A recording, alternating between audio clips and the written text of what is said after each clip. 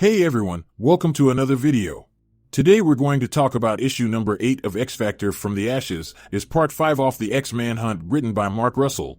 But before we dive into the story, I want to ask you a favor. If you enjoyed this video, please leave a like and a comment to help the channel grow. Now with that said, this issue of X Factor opened the day prior to the events that took place in part 4 of the X-Manhunt event. And when we got there, we picked up with Havok calling Polaris's phone several times, but to no avail. With only the answering machine responding on the other side, Alex went on to say, "It's Alex, I know that things are over between us and that this will change nothing. But I wanted you to know that you were right about X Factor. I wanted you to know that I'm not on the team anymore. I think I only ever joined because I wanted to belong to something. I just lost so much, my family, Krakoan, and you. All we have in the world are those who will have us. Anyway, I just wanted to say that and goodbye." Following that heartfelt message, Alex placed his face into his hand in sadness as a knock came at his door. And to his surprise, behind him stood Franzi, and as she approached him she stated, "Hey, you are not in there feeling sorry for yourself, are you?" And in a poor attempt to play off what was obvious, Alex went on to ask, "Where would you ever get that idea from?" And then Alex followed up by offering Franzi the glass of water or some off-brand juice. But once again Franzi just looked on with pity, and continued to say, "God, this just gets sadder. Look, I came here for a reason. The mutant underground reached out to me, they need my help, they need our help." Now to this Alex stated, "I can't believe Polaris would want me on this mission after what I did. I betrayed her for X Factor and ended up getting fired from them anyway. I tried to have it all, and it cost me everything. So with nothing to lose, we then jump over to Utopia with X Factor talking with the X-Men. And during the conversation, Angel tells the X-Men to stand down, and then continues to say, X Factor is here on behalf of the United States government. And as Krakoan is a federal prison, we've been ordered to bring Charles in." And to that, Magic replied by saying, "We understand the professor is dangerous, Angel, we don't want him running free either, but we are not returning him to that mutant-hating death trap." Following that, Beast went on to tell Angel that they wanted the same thing, but that led Angel to correct him and say, "No, we want to have the same thing, there's a difference." So with that distinction made, Beast went on to question why it took so long for Angel to heal given he has a healing factor, which on a side note, I notice is a thing that people keep asking him. And much like every time that question comes up, Angel just got offensive. So because of that, I feel like this may be a plot point that may come back up later in the X Factor story, but anyway, following that, Kane out of nowhere comes up from behind Angel and attempts to rush him, but the leader of X Factor was just too fast for him, and moved out the way, which left Xavier wide open to take the hit head-on. So with one down, Kane then spun on his heels and leaped into the air and grabbed hold of Angel's ankle, and threw him directly into the ground. Now before Beast could tell everyone to settle down, all hell broke out and everyone started to fight. And right out the gate, Temper instantly froze Pyro's hands before he could do any damage. And as for everyone else, Beast just sat back and systematically explained why Angel's entire team was punching above their weight class. And then he walked up to Angel and continued to say, "Warren, you thought you would just show up and overpower us? How could you be so arrogant?" So with that out there, Angel went on to say, "Well, I was hoping to keep this under wraps, but while I was in the hospital, fighting for my life, I had a few elective procedures done." And just like that, Angel took on his iconic death model and took off into the air and materialized a sword and slashed Juggernaut across his chest. And after he did that, he immediately turned around and tucked his wings in and rolled like a metal ball of death right for Beast.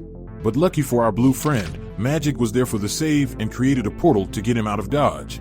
But once again, X Factor was full of surprises, for Forget-Me-Not was just in the right place at the right time to push Magic into the same portal. Now following that, Psylocke had to be the adult in the room and told everyone to stop for just a moment because Charles was nowhere to be found. But see, Charles's location wasn't hidden from us for long, for on the next page, we see Alex and Frenzy running with Charles in their position. And while they ran, Frenzy said, "I gave him a stim shot, he should come to in a few minutes, but in the meantime, we need to move, for they're going to be looking for him." Now this led to Alex asking, "How did you know where the professor was?" To which, Frenzy replied by saying, "I don't know, the mutant underground never contacted me, they didn't tell me where to find Charles." So with that realization, Alex had to ask, then who did? And the answer to that question was Charles himself. Then following that we get a narration saying, "It seemed like a different lifetime from when we were all together, from when we were happy. Charles was many things to many people, not all of them good. The whole world seemed aligned against the professor. Frenzy had no idea Charles contacted her. Maybe he felt his circle of allies was dwindling. Maybe it was just an act of desperation, or, worse yet, hope. The cruelest thing we do to ourselves is not to give up hope, but to feel hope you know will never come true. And just as Charles regained consciousness, Frenzy was hit directly with an optic blast from the one and only Cyclops. So with Scott standing before his brother, all he could say was that Frenzy would be okay.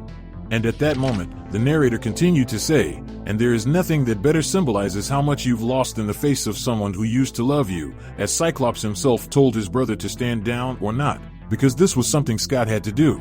Then after a small conversation, Scott continued to tell Alex to step aside and not to put himself in his way. But to that Scott replied by saying, "I'm afraid it's too late for that. You remember that our powers don't work on each other. So maybe we should just talk it out." But Scott wasn't about to talk nothing out, because according to him it was too late for that, and without warning, he opened fire on his brother. And then as Alex asked why he was doing this, Scott started to beat him down. And between the hits, Alex claimed that the professor was like a dad to him. But Cyclops shot back and said, "He's dangerous, his telepathy is leaking and destroying lives like he destroyed minds." So with rage in Cyclops' cry, he asked why didn't Alex just stay gone? To which Alex narrates that Scott had a point. Why did this even matter to him so much? But in a burst of energy, Alex answered his own narration and Scott by saying, "It's because the world only gives you so many people, and turning your back on them is the biggest mistake you will ever make." And do you know what the real sick irony is? And I say this from personal experience. That in the end, when you've betrayed everything and everyone you ever loved, you don't even get to keep what you traded them for. So right as Alex looked like he was going to win, Scott blasted a cliff over them and caused it to fall on his brother. With that fight wrapping up, we then see Scott standing over the professor asking why did he have to bring Alex here, to which Charles answered by saying he wanted to show them all something. And after Charles hit a keypad, a chamber opened to reveal a Krakoan egg. And as they both looked at it, Charles told Cyclops that, "I know that you have given up hope, but hope has not given up on you. And neither have I." Now this put Scott at a pause, and all he could ask was how was this possible? To which the professor replied by saying, "I asked myself the same thing each and every time one of you came to me." So with a mystery person in the egg, all Scott could say was, "You both are coming with me." But out of nowhere, a person snuck up behind Scott and electrocuted him from the back. And while Cyclops was down, the man took hold of Charles and teleported away. And with that said, this part of the X-Manhunt came to an end with the narrator saying, "The thing about hope is that it isn't something you possess. You can't capture it or bend it to your will, you simply have to follow it and see where it takes you." Now down in the comment section below, let me know your thoughts about this issue and what predictions you could have moving forward. So with that established, I hope you enjoyed this video, and please don't forget to leave a like and a comment if you want to see more videos like this. Thank you for watching, and I'll see you in the next video.